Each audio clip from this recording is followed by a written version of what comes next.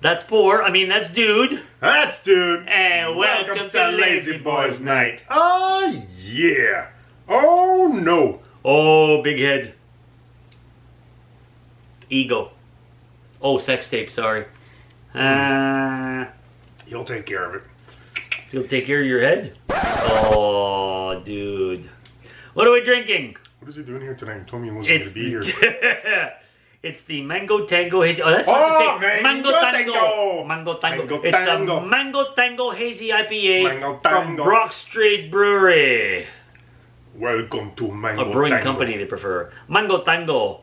I want to drink this just because of the name. Also, I love mango. And beer. And beer.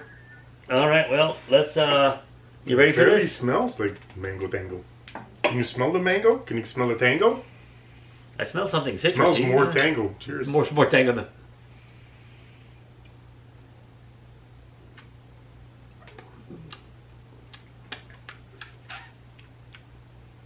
It's got an interesting taste, but the aftertaste is a little weird. It is very weird. The original taste is the mango, the aftertaste is the tango. I got tango in my throat. Your throat. I have tango in my throat, folks. Try to say that 3 times fast. It's not bad at all, but it's Tango in my throat, folks. It's the aftertaste is a little interesting. It's This is being polite. I don't mind it, but it's not what I expected. It's not what I expected. The first hit is good, but the aftertaste is strange. I am absolutely completely indifferent at this point. Yeah? Yeah, I don't even know. He's not a tango dancer. No, No. I'm not actually. Not at all. Yeah, I'm good with the mango, but the tango is meh. Which is a shame because in real life I like to watch people tango. I can't do it myself, and plus it's fun to say mango tango. I am absolutely, completely indifferent to this beer. Holy frick! I think you are underwhelmed. I am underwhelmed. Actually, or you're just whelmed. Can you be just whelmed? No, I don't think you can be just whelmed. Because you're overwhelmed or underwhelmed. I think you should be able to be just whelmed. Yeah, it'd be like lukewarm. You're whelmed. You're whelmed. I'm whelmed. I'm whelmed. All right. I'm whelmed. Let's call it. I'm whelmed. All right. Well, you can't win them all.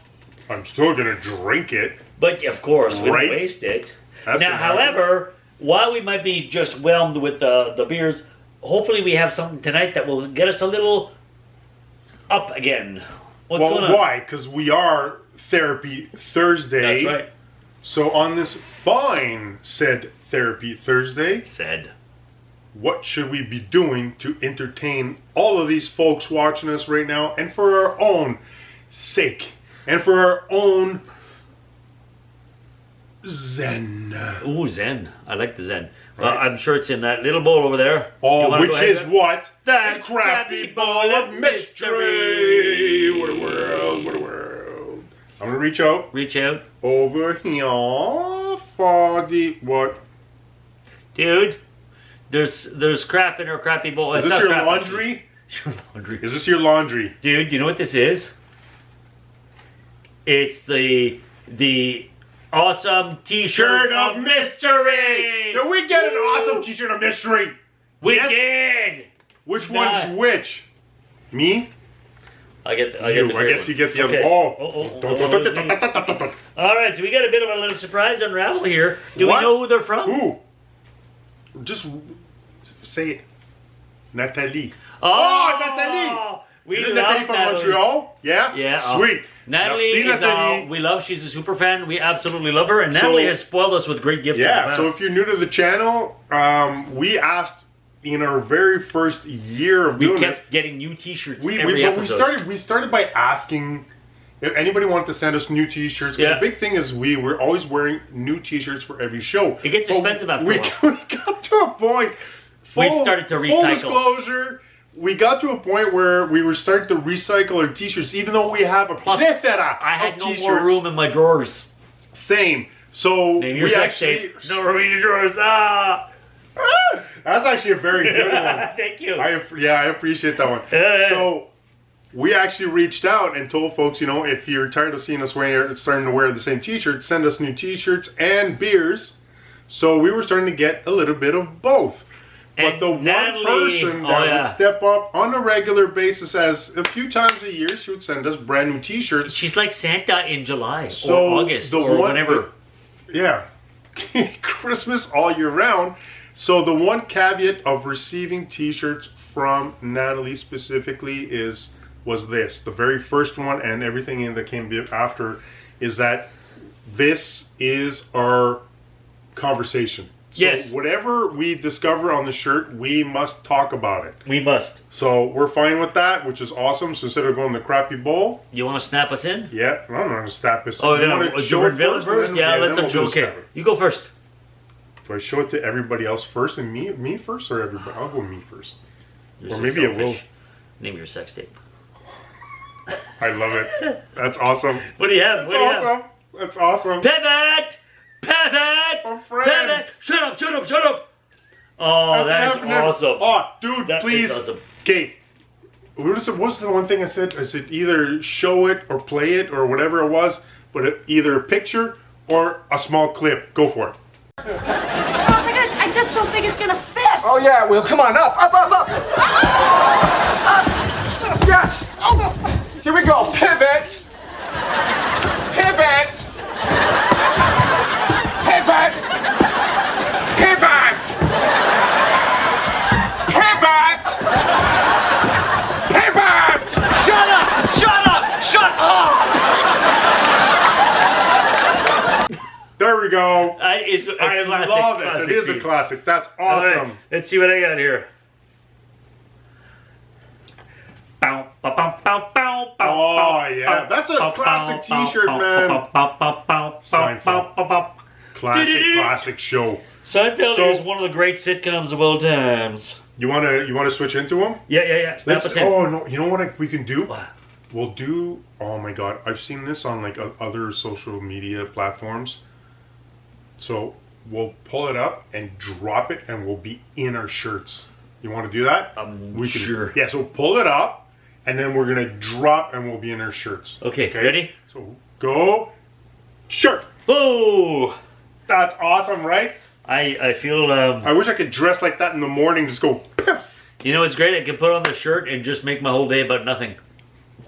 That's a Seinfeld joke. If Good you actually job, know, good you job. know. I know. That's actually one of the ideas for the show originally. Yeah. The show about Two nothing. guys talking about nothing. In fact, listen actually to our in- theme song. Listen to the theme song. It's actually in our theme song. Now, we've talked a lot about Friends in the past. have. We haven't talked much about Seinfeld, but let's face it, it's if you don't know what Seinfeld is, Oh you've been my living Lord. under a rock. Yeah. But- So even with Friends, with everything that's going on with Matthew Perry right now, Well, I don't want to go too much into it. I Too just soon. want, yeah. Still hurts. So, but hey, what- we got classic sitcoms. Yeah, so we got classic sitcoms. I think this is an awesome conversation. How about we just talk about sitcoms in general? Yes. All right. What's There's so much we what's can the talk question? about. Favorites, must-sees, controversials, Yes, influentials. yes. Yes, and all. Anything that. All right. What- So Okay, off the top- let's try to limit because we'll do like a 3-hour episode just on this. A 3 Let's- hour episode. A 3-hour episode. Just sit right back. So, Ow. sorry. Stop! Sorry. You're hurting me. Okay, I'm excited. This is an can awesome tell. conversation. It also hurts. Okay, so thank you, Nat. Thank you. How about we try as best as we can to limit, like we usually do, 3. A proper six-pack. Yeah, 3 proper each. 6-pack, 3 each. And if we happen to have honorable mentions, we can do that. Not go into depth on them, Okay. but mention them. But let's do a proper 6-pack. You good All with right. that? Yeah. So it could be whatever. Whatever. Just mention 3 Yeah. sitcoms and how they Sitcoms, mean something and to you. You have to tell them and me and you why we're picking them. Okay. And then we'll talk about it. The first one that comes to me. Yes. You know, as a kid, you watch TV and you watch certain sitcoms, but you get the full nuance of them. Maybe not. Some are influential, some more than others. One that sticks with me and was with me throughout my teen years into my early 20s and I would watch religiously. This was the one show I could not miss. And if I wasn't home on a Thursday night at 9 p.m., can I guess? I would tape it. It's Thursday night at 9 p.m., dude. What was it? Cheers. Cheers. Hell yeah, Cheers. Cheers ran for 11 seasons. Cheers, I think, is still one of the greatest sitcoms of all times. While it may not have originated the will they, won't they kind of thing, it certainly pushed that to the next level. And in fact, so many other shows were influenced by it. Cheers with the witty side characters, Cliff and Norm. Cheers with its own spin-offs, Frasier being the most prominent of them. Do you think that's what started this off? Oh, yeah, guys sitting at a bar talking, drinking beer. That Just was Cheers. two guys talking about Cheers. anything, talking Now, about... Cheers, it ran from 83 to 93. 11 seasons, fall 83 to... fall 82 to spring 93. 11 seasons run, is man. a huge run. Had a lot of big names come out of it. Obviously, the big lead was Ted Danson. In more modern stuff, you probably would have seen him in oh my god, I can't believe I'm drawing a blank on the name. The Good Place. Oh, yes. He did some drama, one of those letter He was cop on shows a at one lot, point. yeah, He's and he done had, a lot of stuff. he had his only Becker, his own sitcom that lasted for several seasons. And he had Ink that lasted for I think 2 or 3. Yeah, so even Becker was what, but like 6 or 8 seasons? Dude. Ted Danson is a staple, and in fact, at the time in Cheers, he was the highest paid TV actor in history at the time. Yeah. Did he hit the 1 million mark at one point? No, not yet. Not yet. I think he hit like 800,000, which back then was unheard of because this was the 80s. Yeah. But yeah, it was crazy money back then. Yeah. I mean, Kelsey Grammer spin-off Frasier, he eventually hit the 1.6, but this was now in the 90s where the budgets were different and all that stuff. But the cast back in the day, it was not an all-star cast. They became because they were all so good. All-star cast. They were all so good. It started as a vehicle for Ted Danson and Shelley Long, and everybody else was supporting. And by the end, it was just everybody's a superstar. Now, the interesting thing about Cheers is their first season in the Nielsen ratings, which determines where shows rank, it actually ranked at the very, very, very bottom. That should have been canceled. It should have been all canceled. Intents and purposes, Cheers should have been canceled because it hadn't found its niche yet, even though the writing was still good even season 1. Yep. But the president of NBC at the time, I don't know his name, the wife liked the show. And his wife said, no, please keep it on. And he did. And then it found its footing in season 2. It found its following, and then it became a top. Yeah, it was always a top 3. Emmys. Yeah, it was a top 3 show for the rest of its. And just read like it was up there for the longest time. And it's funny, the fact that you mentioned that it was almost like a religion. I remember that. Okay, so in the Hollywood Hills, the little watering hole where we used to hang out. If we were actually out drinking in an actual bar and Cheers was on, we would leave the bar. This is a true fact, man. Go home, fun fact. watch Cheers, and then go back at the bar. We would do that. That's how much of an influence or how much we actually adored the film. We would actually leave whoever we were. If you're sitting at a table and a bunch of guys would just get up and leave, you're going, oh, Cheers is on. Nope.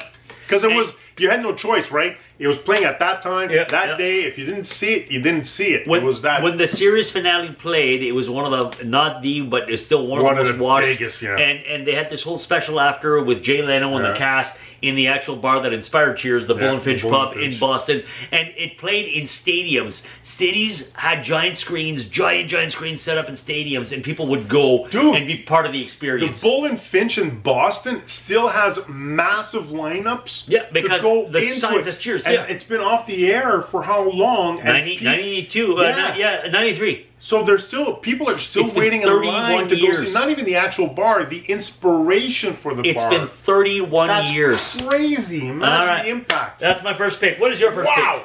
Okay, that was very good. When it comes to sitcoms, there's so many that I've enjoyed throughout the years. Oh.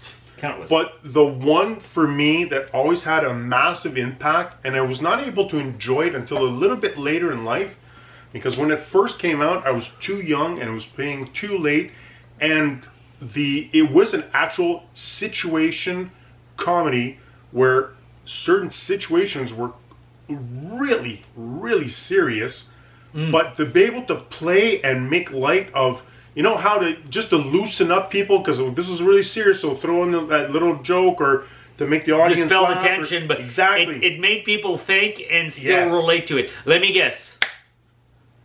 All in the Family? Oh, it's damn, son! Damn! Yeah. I can't believe you got that. Oh, well, seriously. The impact, when I first started, I can't even, in my mind, I can't even remember when I actually started like watching the first shows.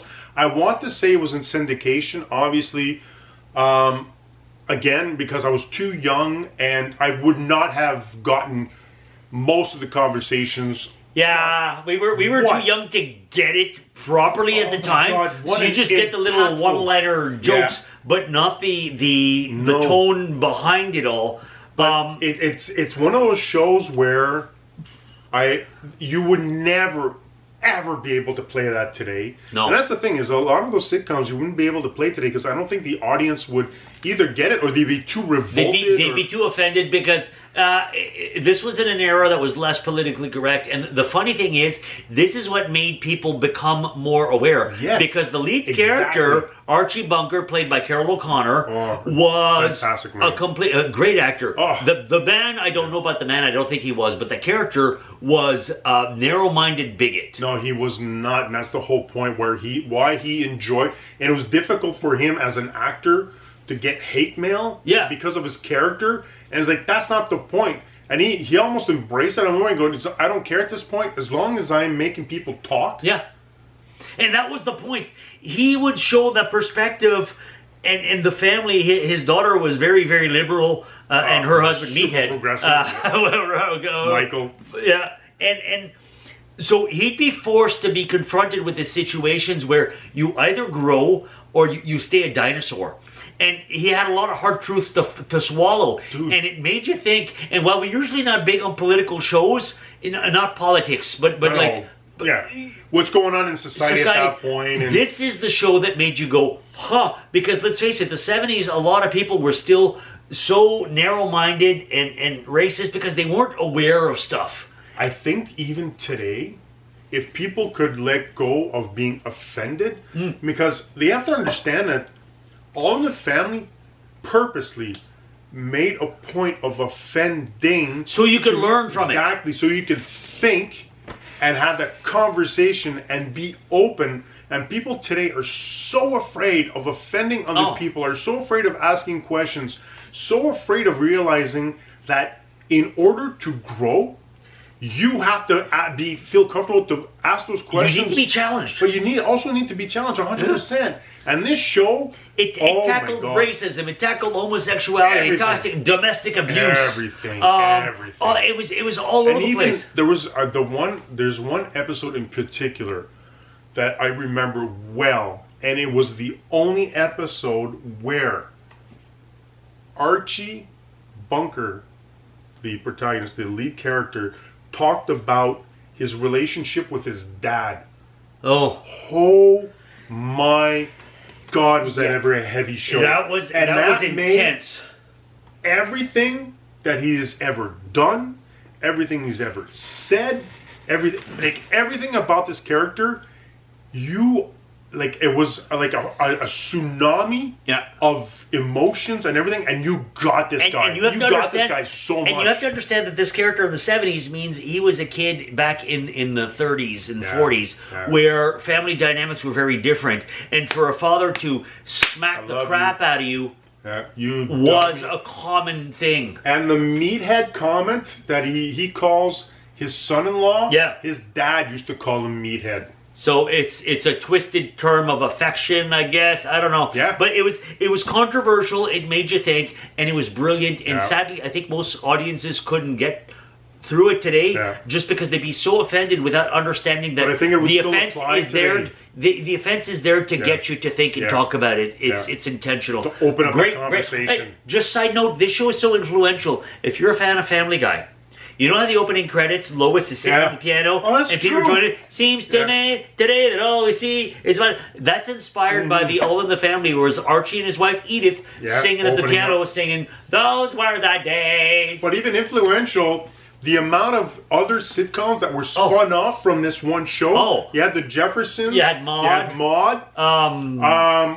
There's like 3 or 4 shows. Anyway, Jeffersons and Maude were the 2 bigger ones. Jeffersons But they with were George Jefferson and spun off of Wheezy, this. played by Sherman Hemsley, and Yeah. Maude, which was B. Arthur before the Golden Girls. So actual characters were so strong in this one sitcom. They could have their own show. successful Yeah, spin-offs. successful. Huge shows. So, yeah, that's my pick. Great pick. My next pick is going to be a little more modern. Cheers was set in the 80s, and All in the Family was set in the 70s. I'm going to take you back to 2001. Okay. This is not your traditional filmed in front of a live studio audience, 3-camera sitcom setup where it's kind of like a little play and everybody always faces the same direction in the living room. You know what I mean? But this show, it's a comedy, it's a sitcom. Like Archie Bunker, occasionally we'd have serious topics. It had heart, and it still made you think, but it also combined a lot of absurd humor, which really made me go, this is awesome, because you got your mix of crazy, you got your mix of interesting characters, and then you got your moments that make you go, oh. What's your guess? Scrubs? Scrubs, baby! Yes! Yeah, you Hell good! yeah, man! Scrubs! Zach Braff plays the Very lead. well defined. Zach Braff plays the lead. He's a new doctor at this hospital. That was a groundbreaking show. It was groundbreaking because it was shot cinematic, not Yeah. sitcom style. And they could get away with a lot of stuff. And it was the kind of show where they would, you know how Family Guy has those insert gags? The cutaways. The cutaways. They would do the cutaways, but this is a live show. Yeah. Well, not live, but it's live action as It was opposed the to animated. first show to do cutaways like that. And it was just brilliant. And I loved it because overall, it still had heart. And there were episodes that actually made you cry. And I remember this one episode, it was just, they even though the topic was serious, they did a cutaway gag, and it worked so brilliantly. It's in season 1, where he's treating this woman, she's old and she's dying, and she refuses treatment. And he's like, why? And she goes, I've had a good life. I'm ready to die. Yeah. And it's just like, what? And then you see a delivery guy comes through the door, goes, package for, Dr. John Dorian, and he signs it. A ton of bricks for Dr. Dorian?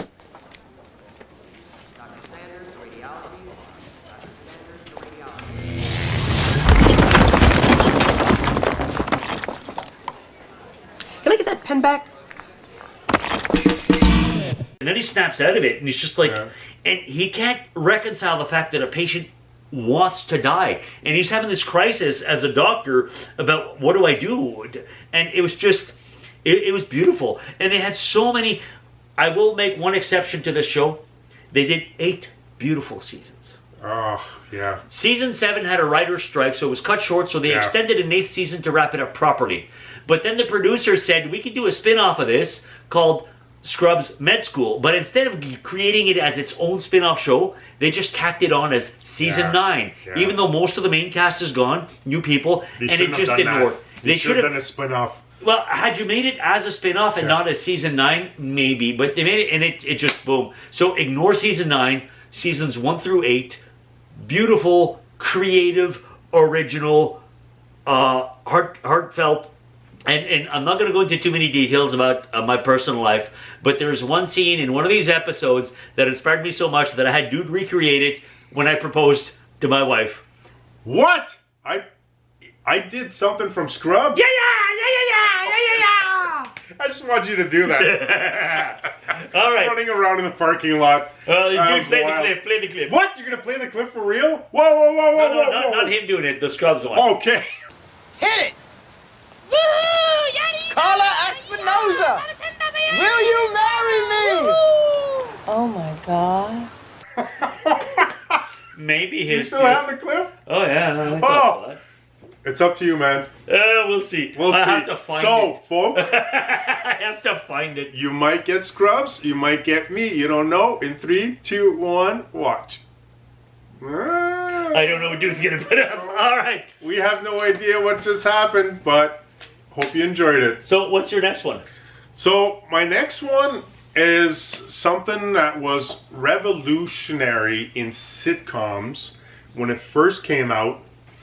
It came out on a brand new network. that network was trying to find its footing. What are we about? Who are we? There were the three big ones like CBS, ABC, NBC, and they were trying to find their footing. So they decided to greenlight a sitcom that would blow everything out of the water. I already know what it is. There, back in the day, there was, I believe, it was on NBC. So on NBC, there was the Cosby Show. Don't talk about Bill Cosby as the person. We're talking about the actual sitcom, which was huge. The wholesome family sitcom. And it was huge back in huge. those years in the 80s.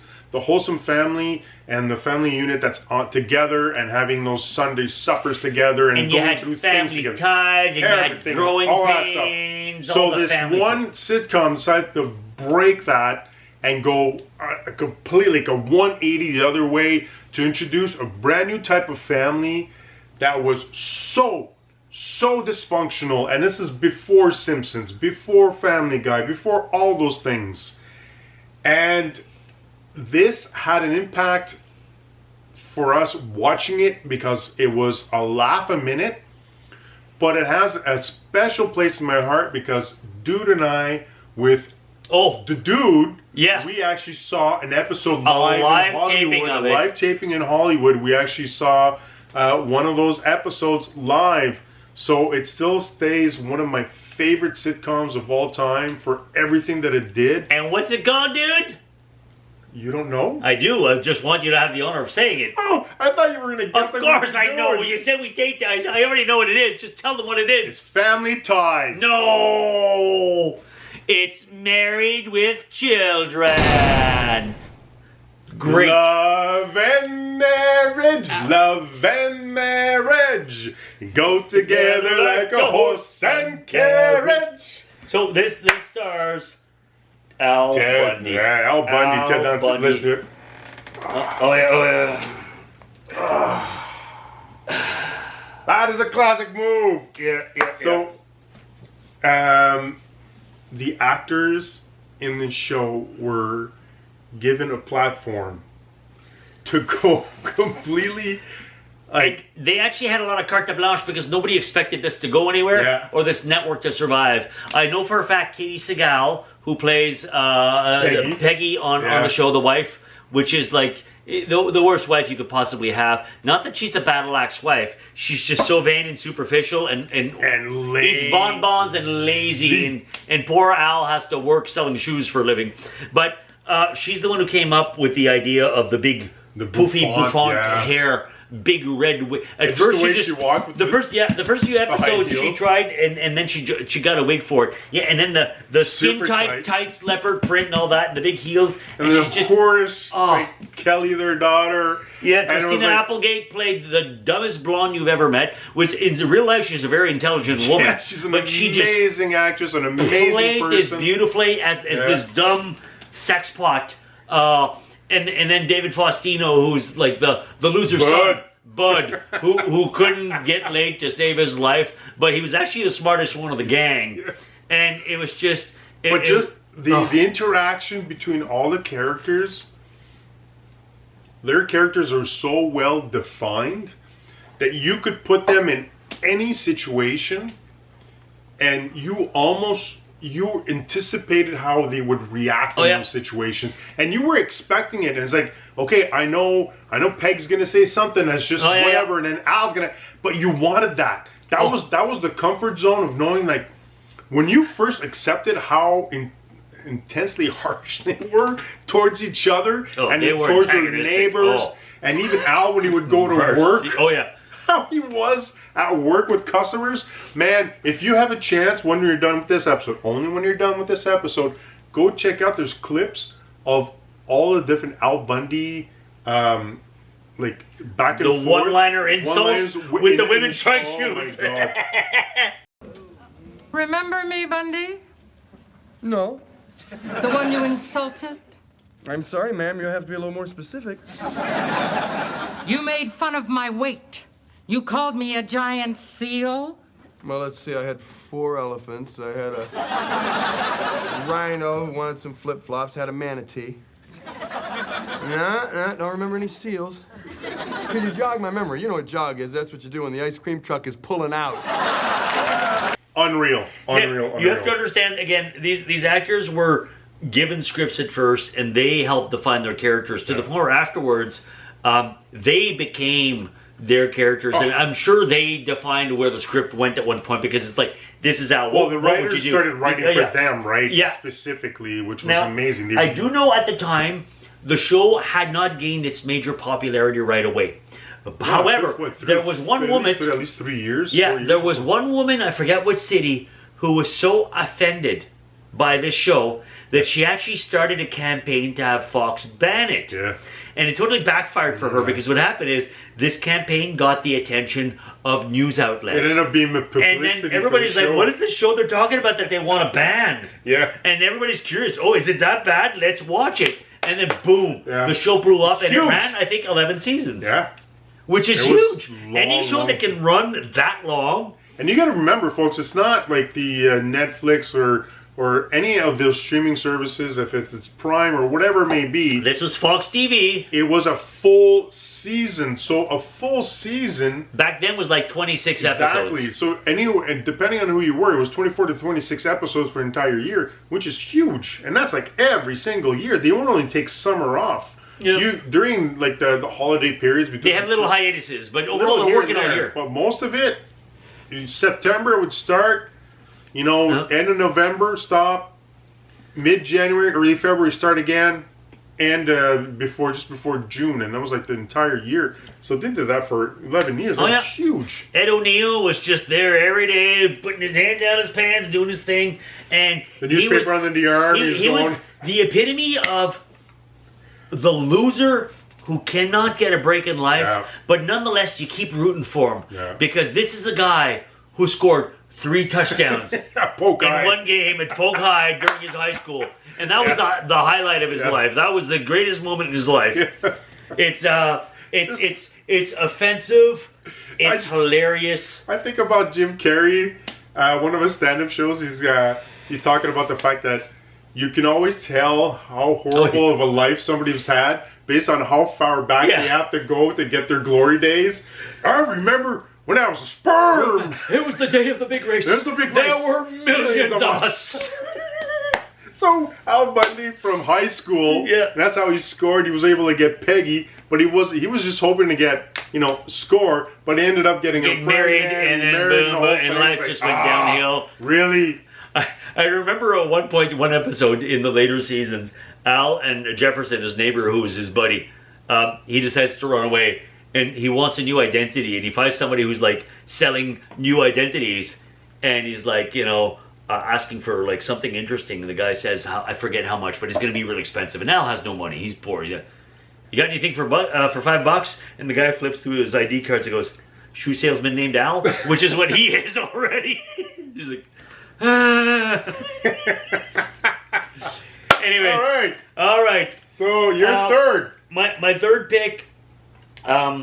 This is a show, again, a really long-running show. When it originally played, I was too young to get it.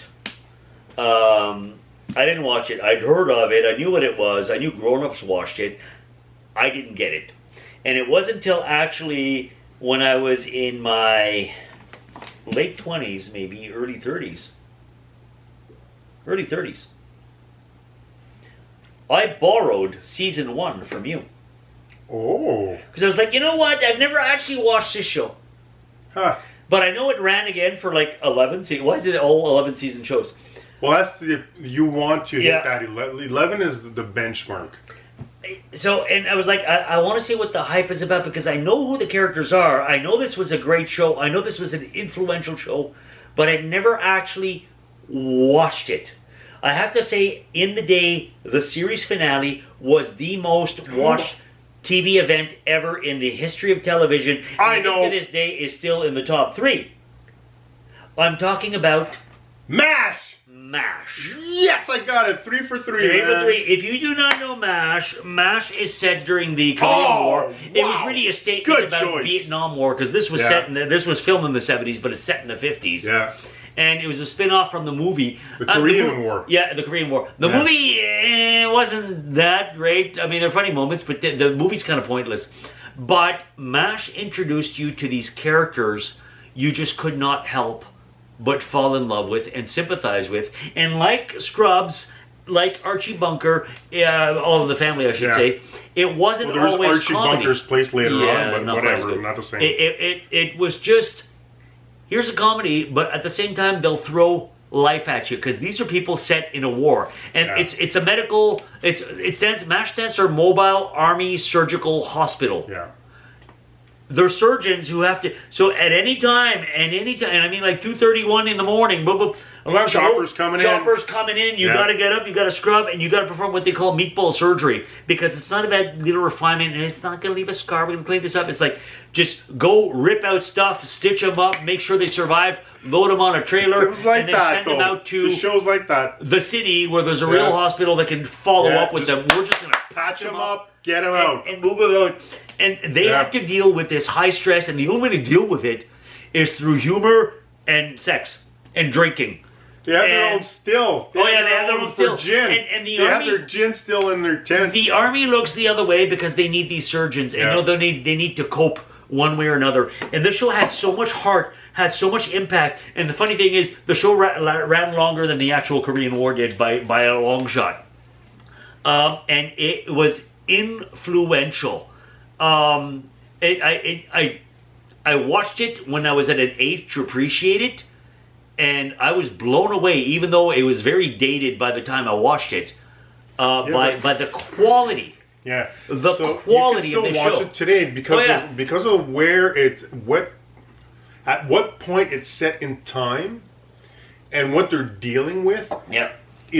They're dealing with issues that were specific to that time. They weren't trying to be No. okay. We're dealing with the '70s issues. No. You're dealing with that era, those issues, what was going on at that time, which that in itself is absolutely brilliant writing, because today what ends up happening is you have a lot of young actors that try to bring today issues into something that should not have be even be in there. It Historical doesn't context exist. doesn't fit. They Yeah. play around with history, they play around with historical figures. Like, no, make it there. If you have quality writing, like MASH does, you don't have to do all those bells and whistles Nope. and trying to be correct in every way possible.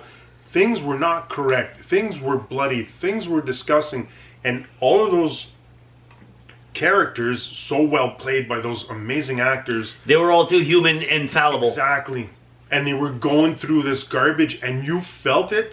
And that humor was not only for them, It was for but you, the release. as well. Oh, yeah, That's yeah. what was the amazing It was part. therapeutic humor. Yeah, It it was was. They were on brilliant like show. third. I don't know what day of the week it played originally, but it definitely I was was too a young for therapy the original. Thursday. Yeah. For them, whatever. I'm saying it's therapy Thursday for them, for Yep. MASH as well. But it would definitely bring them into that. It would bring those characters into that situation, and when you felt tense, the characters were tense, and when they would break off into comedy, that's when you would get that breath of fresh air and comedy yourself, Yeah. which was amazing writing. One moment that I find poignant, and you can tell again the caliber of the actors. In real life, after season 3, the original colonel who ran the MASH unit was paid by I cannot remember his name right Steve McLean or something like that. I forget his name. now. Dude, please. I'm so sorry. He left the Thank show you. because he was supposed to get his own talk show, and he thought he'd move on to bigger, better things. He did get his own talk show. He did. It didn't last It'll very long. last, no, Yeah. I know. That's a shame. Um, He's a great actor. he was great replaced guy. after by Colonel Potter, played Yeah. by I apologize, I don't remember all the names. You can't remember everything, folks. That's why we have But to. the thing is, he left at the end of season 3, and the idea was in the show they rated so he got his discharge papers. You've served your time, you can go home. Yay! And here's what they did, and the caliber of the actors. They had one last scene to film after he's left. And one of the characters, Radar, who's really the communications guy, he's the right-hand man to the colonel, and he handles all the And fun communications. fact, the only character that they brought in from the actual movie. Yeah. So Radar comes in, everybody else is in the OR, they're doing their operations, And this, nobody knew what the scene was. It was just, you're in the OR, just do your thing. And they gave a note to the guy who plays Radar. I'm gonna cry. And he's like, are you serious? And they're like, yeah, action. So he comes out and he just reads a telegram. Radar,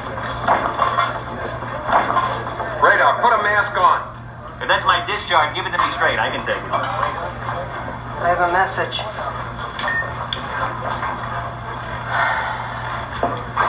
Lieutenant Colonel Henry Blake's plane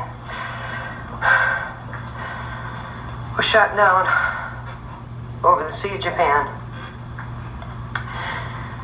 It's Bunyan. There were no survivors.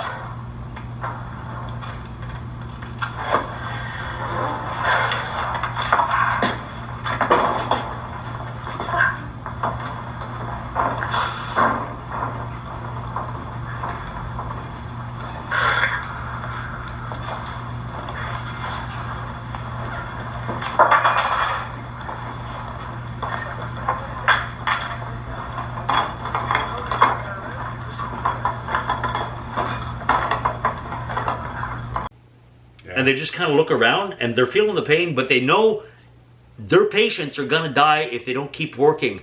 So they just have to suck it up and go right back into work. And you just feel how horrible life must have been for these guys. You just lost a close friend. You just found out he's dead.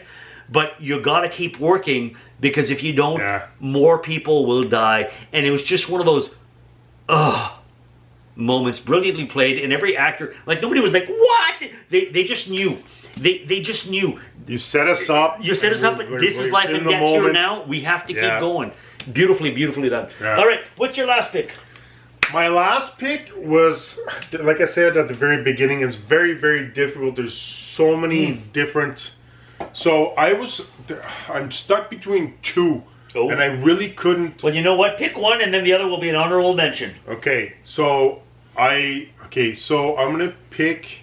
Oddly enough, it's Third Rock from the Sun. I love that show. Third Rock from the Sun is one of those TV shows where, again, for me, it broke conventionality.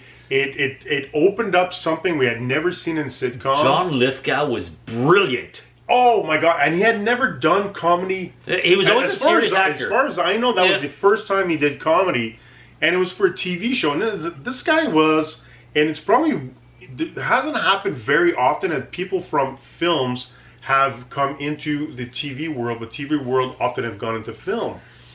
The fact that that actor at that caliber was willing to do a sitcom was like, what are you doing? Like, sitcom is like the lowest denominator. Why would you do a sitcom? Because it was something new and different. Exactly. Wait, this is different. And frick, man, it was completely different. So if you're not familiar with the premise, Third Rock from the Sun refers to planet Earth, which is the third rock, the third planet from the sun. And Did you know that? Some people don't. And it's about four aliens who take on human bodies to blend in and study Earth. Yeah. But they don't understand a thing about us. So everything is new to them. Everything is strange. It's a complete fish out of water story, but in such a hilarious way. I got to tell you right now, one scene still pops out to me in season 1, and it just shows how John Lithgow is a brilliant physical actor because there's no lines. He's at his desk. He got a job teaching physics at a university because he's brilliant. He's an alien who travels. Boom. And there's a box of Kleenex there. What's this?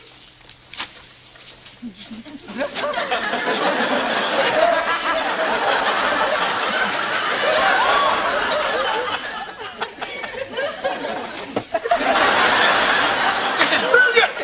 It just the physicality, the facial expressions, the body language. Unreal. So if you do, can we do a little research to find out if it is streaming anywhere? I'm not even aware if it is streaming or not. I don't know. I have it on DVD. Us being who we are. You have it on DVD too, don't you? We have the physical media, the DVDs of it. Yeah. So that's why we enjoy physical media, folks. If you get a chance, go check out this episode where we talk about physical media and why it's so important in our lives if you enjoy entertainment. But one of the biggest things about this movie is often in films you'll get that one character that's like the fish out of water character, right? And everything's new, so you as the audience is living through that character, experiencing things for the first time. In this situation, you had 4 people, and they were all, for this specific mission, they were scientists and military, right? But their bodies that they were given were not their choices. No. So when they show up as the aliens, they're like in these, not only on Earth, not knowing nothing, like anything about Earth, because that's their whole point, right? Their mission is to find out about Earth. But they're in these bodies that they didn't choose and trying to figure out how, what the hell, like, what am I supposed to do with this? So you have like Tommy, like as a teenager going through puberty, so they're going through. He's the intelligence officer, and he's going through puberty. The security tough guy officer is a woman. Yeah. It's just the leader, John Lithgow, he's an older, distinguished gentleman, so he's like that. And then there's the 4th guy, Harry, who you don't find out what he is until you find out he's actually got the radio in his head. He's a communication system. With that big giant head. I just have to stand here and twiddle my incoming message from the big giant head. It's the big giant head. He's the communication system. But the whole premise is that like they're all out of water, they're all in brand new bodies that they've never experienced. So all their bodies are actually human bodies going through like the female character actually goes through female issues. Oh yeah. And has to go through it not knowing what the hell is going on. So menstruation is an issue. I was gonna say, when those mood swings come in, figure out what the hell's going on with your body. And having sex for the first time. But so many, brilliantly hilarious. It's one of those shows where if you would just, it's so completely different. It's so and unbelievably funny. well played. And funny. Funny. 3 times good. But yeah, that was my final pick. You know what? So my little honorable mention? Honorable mention. Hang on. Oh. Dude, give us honorable mention. Oh yeah, I love that, man. There's not all gonna right, be a lot of now we've alternated back and forth. Are you going to do your honorable mention now? Because I've got one too. Okay, so my honorable mention is News Radio. Oh. News Radio was one of those, it wasn't actually, when it came out, it was an all-star cast. It was. The all-star cast was a little bit from everywhere. You had Dave Foley from The Kids in the Hall. You had Phil Hartman from SNL and a bunch of other stuff. You had Joe Rogan podcast fame. Oddly you had enough, Andy Dick. Yeah. So the only not star was Joe Rogan. Yeah, that's true. He was a nobody at that point. Yeah. So it's his first big role. He had done a few little things before that, but News Radio was the first time that he was on prime time. So Joe Rogan, that's like the #1 podcaster in the world right now. He was the handyman at a radio station. But he played it great. Oh, yeah. He wasn't even an actor. No. Right? He was just going through... You can tell he's just doing lines. He was the tough guy doing lines. Exactly. But still, But the premise is basically Dave Foley's character, who's also named Dave. Yeah. Make it easy, folks. He's the new news director at an all-news radio station in New York, and you just have a whole slew of wacky, interesting characters. Who was the owner again? Oh my God, he was. I forget his great name. Actor. Yeah, he's so funny in Office Space. Yeah. Oh my God, dude, can you put him up here? Please, we apologize we'll for put the a picture name. The character's name was James. He called Jimmy James. Jimmy James. Man, so nice they named him twice. Yeah. He was a great actor. Oh, that was phenomenal. I do remember, sadly, when Phil Hartman passed away. Phil Hartman, great actor. Yeah. He was a voice actor on The Simpsons as well. Sadly, was involved in a murder-suicide. His wife shot him, then shot herself. And we lost him right while he was on News Radio. And the show actually dealt with that loss. Not in that way, not in the real, but just the fact that he was dealt gone. with the character on the show. I think died of a heart attack. Something like that, but something more graceful than what actually happened. It happened during the summer, so when the show came back the following season, their final season, they dealt with the passing of the character, and it was very touching, emotional, and then they brought in John Lovitz to be a new news anchor on the show to replace Phil Hartman, but it was a funny show. It was a funny show. It had its moments that were sometimes a little on the formulaic sitcom, but nonetheless, they did it well. A lot of sitcoms, it's a schlock formula. They would take the formula and just, all right, let's just tweak this a little bit and make it funny again. Yeah. And they did. So kudos to them. That was a fun pick. I really enjoy that show, and it's a show that you don't normally see out there. Like I said, like in the streaming service, or even if you want to, this is one of the rare shows that is very difficult to find. And Unless you have physical media. Exactly. So it's one of those shows that when it was playing, I enjoyed so much. And reminiscing, I remember because we're talking about Joe Rogan, the fact that after that, when he got his own TV show, which was would do dares and stuff like that. Fear Factor. Fear Factor. I was like, oh my God, that's the dude from News Radio. Yeah. He's got, why does it have Fear Factor? And now he's got his podcast. I went, what? So when you see how somebody goes through the happy road of entertainment and how they get to certain points in life, it's very interesting. It is. So what's your... My last one is not going to fit in the traditional half-hour sitcom mold. But it's a comedy, but it has a lot of heart. It has a lot of learning moments. But I think overall, anybody who's seen the show would know you just feel so damn good at the end. It ran for 3 seasons. It's a very recent show. And I know for a fact, Physical Media, it just came out recently. I'm talking about Ted Lasso. Oh, I never would have guessed that one. I am talking about... I know you haven't seen Ted Lasso yet. No, I haven't seen it. Dude, everybody I knew who'd seen it told me, dude, you have to see Ted Lasso. So it's on Physical Media now? It came out just a few weeks ago on Physical All Media. 3 seasons? All 3 seasons in a box set. They're not available as individuals. Yeah. It's a box set. Okay. Good to know. We got around to seeing it, and this is before the Physical Media was released. My wife and I, we just decided, you know what? It's time. We subscribed to, I think it was on Apple TV or something like that. We subscribed. Right off the bat, the first season, the first episode, we're like, this is good. Because every character feels real. They're not stereotypes. They could be stereotypes, but the way they're written, they're people. They're human beings. They are flawed. And yes, it's about, if you don't know the premise of the show, it's about a losing soccer team in England, or football as it really is, should be called, a football team in England who the owner brings in a new manager / coach.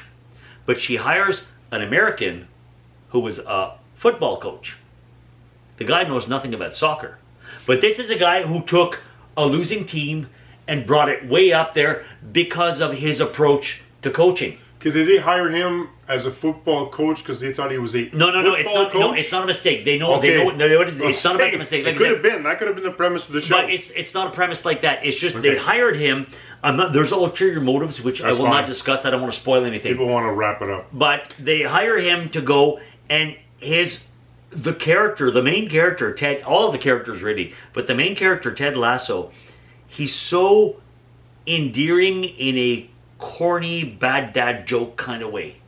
You can't help but love the guy. And you can't help but feel loyal to the guy. And when he says jump, you want to say, how high? Because you shall want to please him. And everybody around it, even the gruffest soccer players, the soccer hooligan, blah, blah, you just get sucked into it in such a beautiful manner. And you're like, you feel hope for humanity when you watch this show. You feel that anybody can be redeemed. You feel that no matter what challenges life takes you through, just follow this advice from Ted Lasso. Get it. All right. It's absolutely. It's been a 1 hour show. Let's wrap it up. Okay, but I'm just going to say that is Ted my honorable Lasso, mention. people. It's not a sitcom, but it is a comedy that needs to be watched. I don't want to see it. To me, it's now become in my top 5 shows of all time. Wow. Yeah. That's huge. It is huge. You've seen everything we talked about, and that's in his top 5. There you go. So that's a pretty good thing. So on that note, yes, it's been a long show. Thank you for sticking around. That's how with long us. the show's been. Wait a sec. We finished beers before. Thank you for a sticking long around. show. Please hit that button and Oh subscribe. my God, we didn't even ask you to do that. And This then is like the and first time, share. right? And then let us know what you think are the greatest sitcoms of all time. And I want to thank you if you've actually are at this point in the show where you're And actually you know who listening you to are. right now. Thank you for listening for the entire episode. And one last thank you, Nat. Oh my God. Thank you for the shirts. They are Nat. wonderful. I will wear this with pride. Thank you so much. Pivot! We didn't even talk about that. Pivot. Well, we showed a little photo There or you clip go. or whatever, but it's still worth it. See you next Cheers. Thursday. Cheers. See you next time.